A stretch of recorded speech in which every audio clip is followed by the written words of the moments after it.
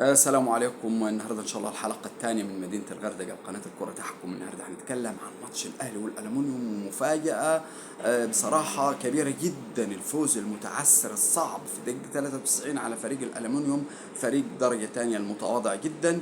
امبارح اتكلمنا عن ماتش الزمالك وبروكسي 5-2 وقلنا انه فوز خادع، واتكلمنا بنقد عن مشاكل نادي الزمالك. في جماهير زعلت والتعليقات كانت صعبة جدا، ونحن طبعا متقبلينها تماما.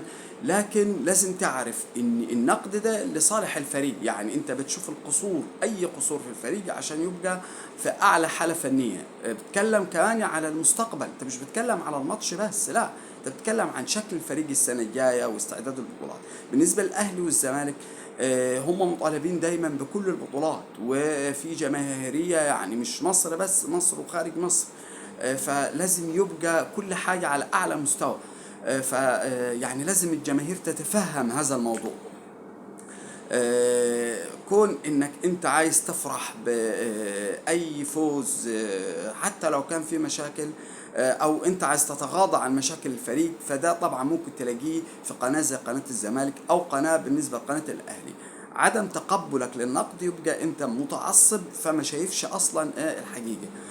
طيب النهارده عندنا ماتش يعني كان مفاجأة، طبعا أكيد مفاجأة صعبة جدا بالنسبة لجماهير النادي الأهلي. مشاكل كتير، حتى إن لو أنت شفت كولر هتلاقيه من المرات النادرة اللي هو واقف المباراة كلها واقفها، واقف بتعصب، و يعني كانت التكشير على وشه، ويعني تحس إنه بيعاني في ماتش.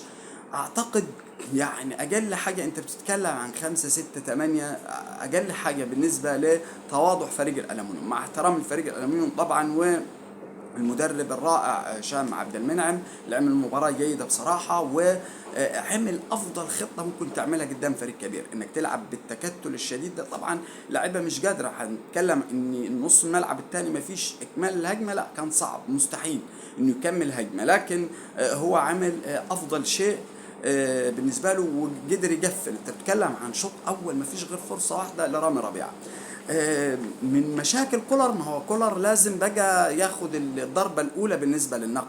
انا بلاعب ندفد وديانج مع مروان عطيه، دي كارثه. انت بتلعب الالومنيوم مش بتلعب ريال مدريد. انا يعني بص كده، هتقول لي عايز اشوفهم، لا شوفهم في اي ماتش تاني.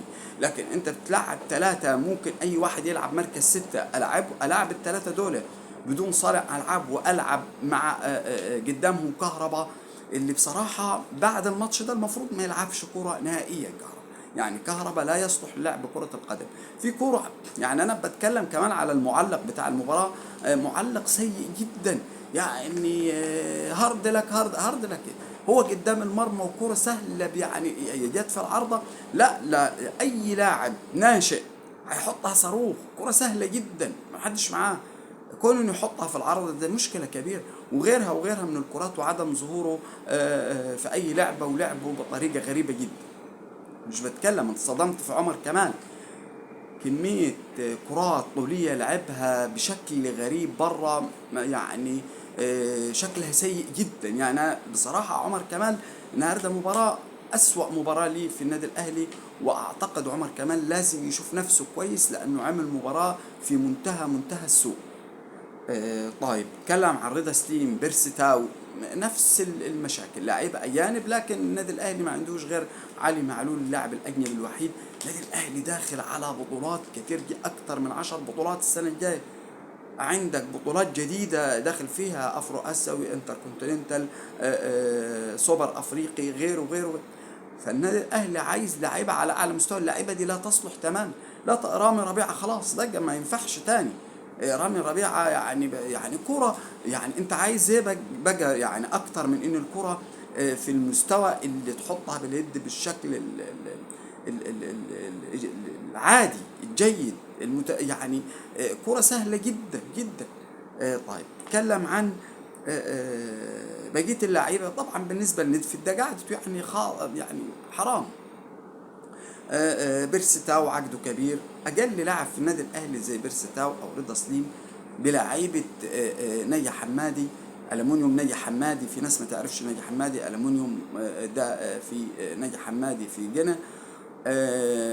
أنشئ عام 1981 ألمنيوم، يعني بتتكلم في 45 سنة. يعني أنت بتتكلم عن قيمة أي عقد بلاعيبة الألمنيوم ده طوال تاريخه.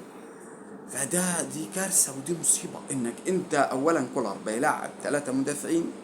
دي حاجة التانية، ان اللعيبه مش قصه مستهتره. لعيبه النادي الاهلي اولا من الفرق اللي ما بيهزرش مع الفرق الصغيره، ودي ميزته، وده اللي خلى النادي الاهلي متفوق في البطولات. نادي الزمالك هو النادي اللي بيتميز بانه بيتساهل في المباراه الصغيره. النادي الاهلي ما بيتساهلش، لكن النادي الاهلي فعلا ما كانش موجود ليه ثغره. وعلى فكره الماتش ده ماتش مش سيء بالنسبه للمباراة، بس المباراة كانت مضمونة للنادي الأهلي. على فكرة الفريق ده ما كانش هيكمل الهجمة، وعلى أقل يعني لو في وقت إضافي كان هيبقى في 2-3-0 على الأقل. لكن أنت بتتكلم في المستقبل، بتتكلم عن مباراة جاية، مباراة فيها يعني نوع من أنواع الطمع لبيراميدز لما يشوف أداء النادي الأهلي السيء جدا. طبعا هتقول لي اصل المباراه هتختلف، لا مش هتختلف، لان انت واضح ان التكفيل للاجناب، واضح ان يعني النادي الاهلي عنده مشاكل. يعني هذه المباراه ظهرتها بشكل واضح، وده في يعني بص ممكن يعمل مشكله مستقبليه للنادي الاهلي. اتكلم عن اغلب اللعيبه، لعيبه في منتهى السوء، اتكلم عن 3-4 لعيبه منهم، والنادي الاهلي محتاج لعيبه على اعلى مستوى عشان انت هتكون في محافل وهتكون في بطولات قوية جدا العام القادم. فالنادي الاهلي لما يقعد يعاني مفيش غير 3-4 هجمات المباراة كلها، في بعض الكرات دقيقة 63 انفراد لرضا سليم تعامل معاها برعونة، وده لاعب يعتبر أجنبي وبياخد طبعا مبلغ ضخم. بتكلم عن كهرباء، يعني سيبك من كهرباء خلاص، يعني اعتقد انه ملوش وجود. وسام بالنسبه، يعني وسام شوف كام ضربه جزاء جابها، يعني في لعبه الامم بيضيعها، طبعا بيضيعها بطريقه يعني بعيده حتى من العرض، يعني فتح رجله بطريقه غريبه جدا.